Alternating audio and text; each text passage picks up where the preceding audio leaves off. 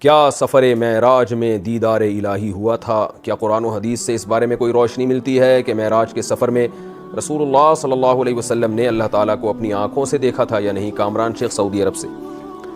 دیکھیں، اس میں دلائل سے تو میں بعد میں کسی وقت ریکارڈ کروا دوں گا پوری تفصیل سے، لیکن اس میں دونوں رائے ہیں علماء کی۔ بعض علماء کہتے ہیں نبی صلی اللہ علیہ وسلم نے اپنی آنکھوں سے دیکھا تھا، بعض کہتے ہیں نہیں دیکھا تھا۔ میری نظر میں جو دوسرے دلائل ہیں وہ زیادہ قوی ہیں، کیونکہ حضرت عائشہ نے بھی نفی کی ہے اس کی۔ نور انا اراہ، خود آپ سے حدیث سے میں ثابت ہے، نبی صلی اللہ علیہ وسلم فرمائے نور تھا، میں کہاں سے دیکھ سکتا تھا؟ اور اس دنیا کی آنکھوں سے تو قرآن مجید میں بھی ہے لا تدرکہ الابصار وہو یدرک الابصار، کہ اس دنیا کی آنکھوں سے اس دنیا میں دیکھنا ممکن نہیں ہے۔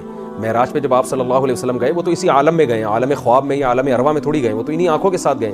بہرحال دوسری طرف بھی دلائل ہیں، لیکن میری رائے میں زیادہ قوی دلائل اس طرف ہیں کہ دیکھنا ثابت نہیں ہے۔ حضرت موسیٰ علیہ السلام نے خواہش ظاہر کی تھی، مگر یہ کہ اللہ تعالیٰ نے پہاڑ پہ تھوڑی سی تجلی ظاہر کی اور موسیٰ کو بتا دیا، کلیم اللہ کو، لن ترانی یا موسیٰ تو نہیں دیکھ سکتا مجھے کسی قیمت پہ، لن ترانی کو ہرگز یہ ممکن نہیں ہے۔ تو آخرت میں دیدار ہوگا اللہ تعالیٰ کا اور ہم ان آنکھوں سے دیکھیں گے۔ اس وقت جو اللہ ہمیں آنکھیں دیں گے اس میں اتنی طاقت ہوگی کہ وہ اللہ کے دیدار کو برداشت کر سکیں۔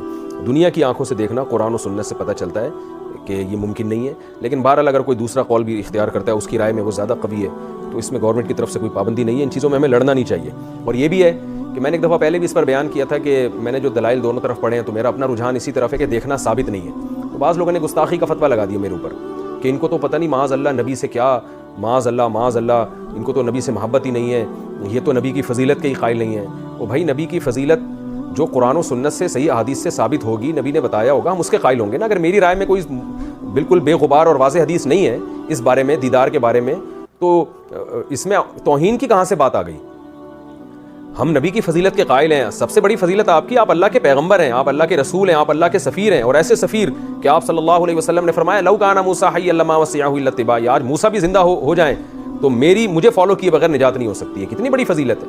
تو جو فضیلتیں ہمارے نبی کی ثابت ہیں وہ خود اتنی بڑی فضیلت ہے کہ اس سے بعد اگر کوئی کسی ضعیف حدیث کی بیس پہ یا ایسی حدیث جو واضح نہیں ہے اس کی بیس پر اس روایت سے ثابت ہونے والے مضمون کا اگر کوئی انکار کر دیتا ہے تو اس سے پیغمبر کی توہین کا کوئی پہلو نہیں نکلتا۔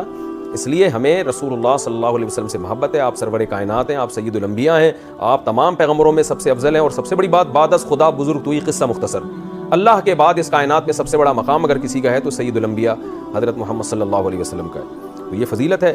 تو اگر کوئی ان بیسس پہ انکار کرتا ہے کہ بھئی دیکھنا ثابت نہیں ہے تو کم از کم اس پہ توہین کے فتوے نہ لگایا کرے۔